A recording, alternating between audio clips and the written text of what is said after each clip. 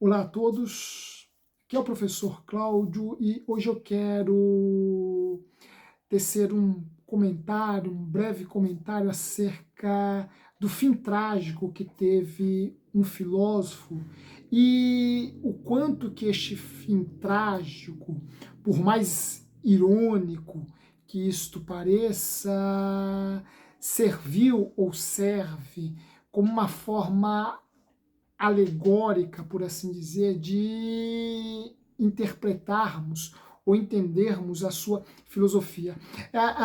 O fim trágico deste filósofo, a morte trágica deste filósofo, é quase que uma parábola da sua filosofia. Um daqueles acontecimentos em que a obra, na verdade, aqui, as ideias, pensamento de um determinado indivíduo corresponde de algum modo à sua vida e, neste caso, ao desfecho trágico de sua vida. Eu estou me referindo ao filósofo Albert Camus, que morreu num acidente de carro em 1960. Albert Camus, o grande filósofo existencialista, o grande filósofo vencedor de um prêmio Nobel de literatura, um dos maiores pensadores do século XX, um dos pensadores mais influentes do século XX, e o quanto que esta sua morte trágica serve como parábola, né, por assim dizer, e aqui eu me valho de uma expressão utilizada pelo professor Michael Follen, que em sua obra a Era da Loucura, obra sobre a qual eu já comentei alguma coisa aqui em nosso canal, tece um paralelo entre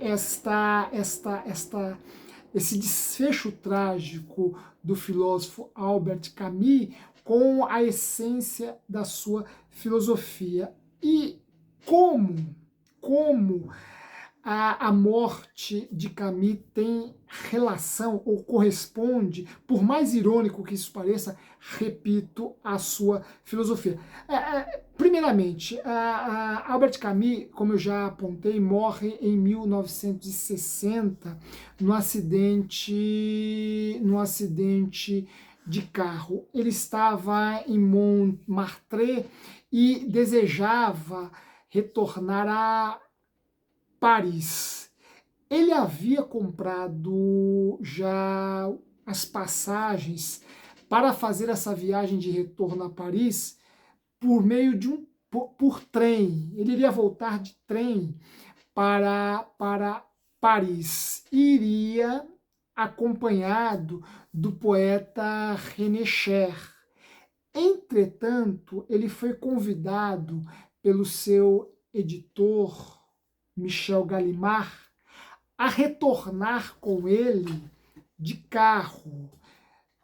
Michel Gallimard retornaria a Paris, estava em Montmartre também, e retornaria a Paris juntamente com sua esposa, sua filha e o cachorrinho ali da família, retornaria a Paris de carro. Por muito insistir, Albert Camus decidiu aceitar a carona. O convite também foi feito a René Cher, mas como o veículo já estava um pouco cheio, este poeta se negou a aceitar esta carona e fez a sua viagem de volta a Paris de trem. Ora, Albert Camus, que já havia comprado as passagens para retornar de trem, aceita o convite de Michel Gallimard, o seu editor, e quando estavam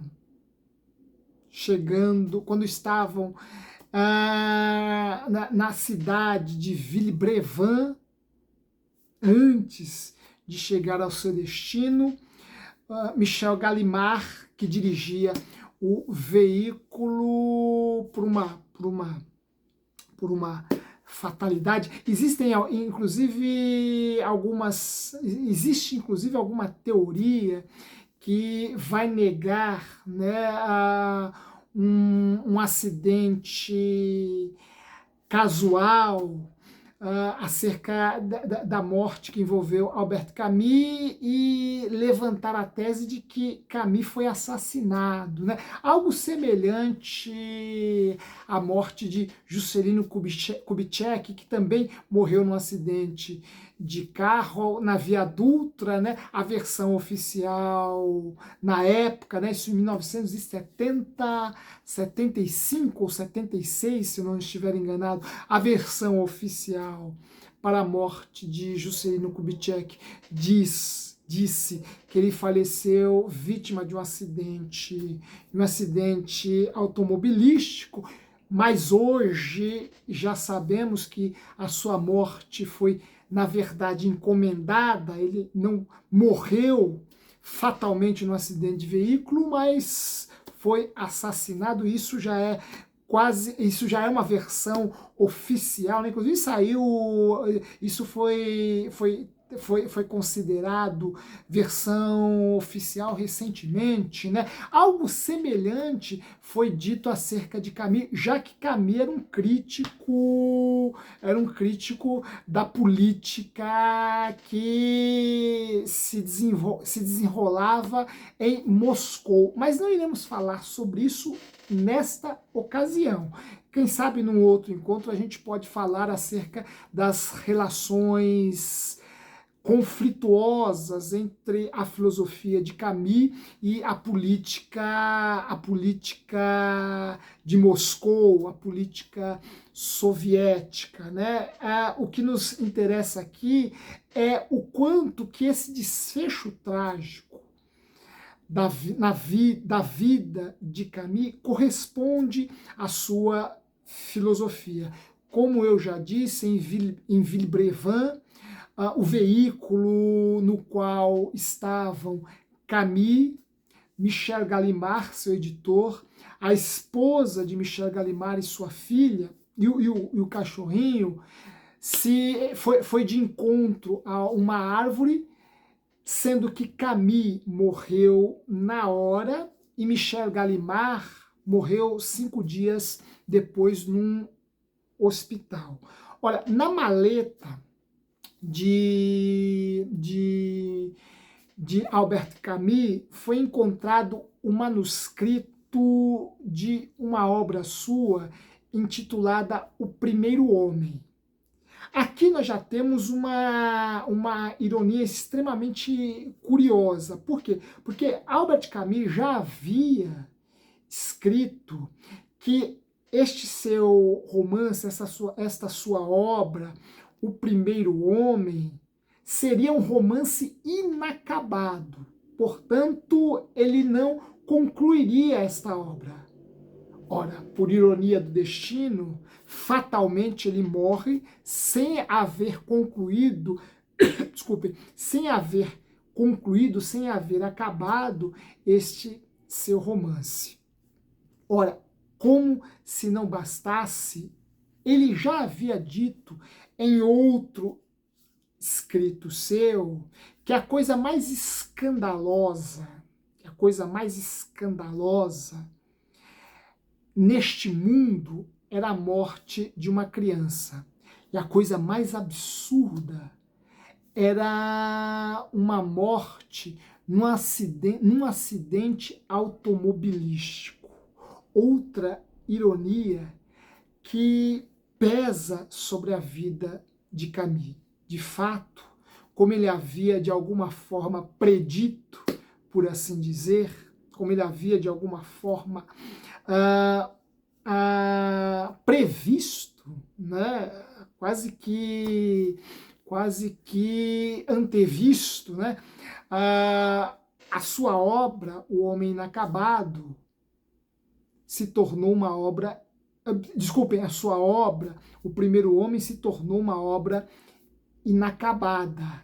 Ele morre antes de concluir essa sua obra, cujos manuscritos estavam na maleta que ele levava para Paris. E outra ironia é a de ter afirmado que não havia nada mais absurdo neste mundo do que a morte num acidente automobilístico, algo que também ele vivenciou. E essa palavra absurdo é uma palavra-chave para entendermos a filosofia de Camus. Camus é o filósofo do absurdo. E isto por quê? Porque para Camus a vida em si mesma é absurda. A vida em si mesma, e aqui nós estamos pisando já no terreno praticamente da essência da filosofia existencialista, né? Esta filosofia existencialista sartreana, camusiana, esta filosofia existencialista do pós-guerra, aqui nós já estamos pisando na essência. Por mais que esse termo essência seja um termo, um conceito, né, que Sartre procurou demover do seu existencialismo, eu uso a expressão aqui de forma bastante vaga, de forma bastante genérica e solta. A essência da filosofia existencialista consiste no pressuposto de que a vida em si mesma é absurda. A vida em si mesma não possui um sentido, não existe um sentido inerente à vida, à existência do indivíduo. Logo, cabe a cada indivíduo construir um sentido ou alguns sentidos à sua existência. E esta construção tem que partir do próprio indivíduo, pois se o indivíduo não constrói por si mesmo um sentido à sua existência, se ele permite a um outro, ou se ele permite ao meio, se ele permite à igreja, ao Estado, à sociedade, que determinem o sentido de sua existência, este indivíduo não será um indivíduo livre, este indivíduo não será um indivíduo autêntico, pois tudo que ele faz, todas as suas ações, são fundamentadas a partir do sentido que lhe foi imposto. Ora, o indivíduo autêntico, o indivíduo livre, é aquele indivíduo que por si só constrói um sentido à sua própria existência, já que a sua existência, já que a sua vida em si mesma é absurda. Por quê? Porque ela é desprovida de algum sentido. Não existe um sentido de ser, não existe um sentido de existir intrínseco, inerente ao próprio existir. É o indivíduo que existe que irá dar um sentido à sua existência, e este sentido tem que ser dado por si mesmo, pois assim ele faz uso de sua liberdade, e mais ainda, ele se torna no indivíduo autêntico. Ora, e onde estaria e de que modo a morte de Camus serve como uma parábola para a sua filosofia, para a filosofia do absurdo? No sentido de que Camus morreu por aceitar seguir o caminho de um outro. Ele já estava com sua passagem em mãos para voltar, para retornar a Paris de trem. Entretanto, ele foi seduzido, convencido a seguir o caminho de um outro.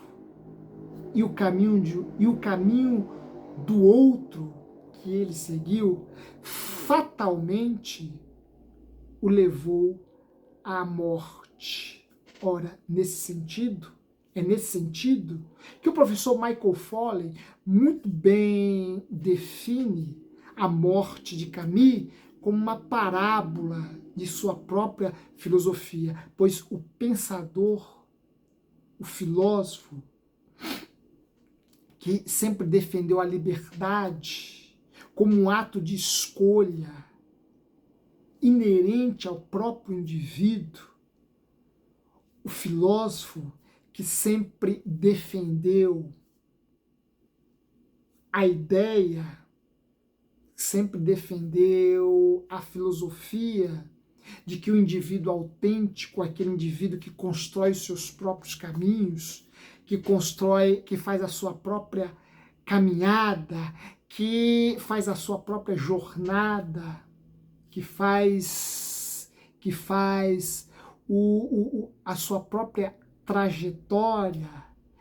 Este filósofo seguiu o caminho de um outro. Este filósofo abriu mão de sua própria escolha, a escolha de retornar a Paris de trem para aceitar a proposta que lhe fora feita por um outro, para voltar de carro para Paris. Por consequência de tudo isso, a vida de Camus, infelizmente, terminou precocemente num acidente automobilístico, de baixo, se chocando com uma árvore. Esta é uma das ironias em que aspectos muito caros da obra de um autor estão tragicamente, estão essencialmente ligados a alguns aspectos trágicos e, no caso de Camus, irônicos acerca de sua existência, acerca de sua vida. Entretanto, fica o seu legado filosófico e fica o eco de seu discurso, o eco de sua filosofia, o eco de sua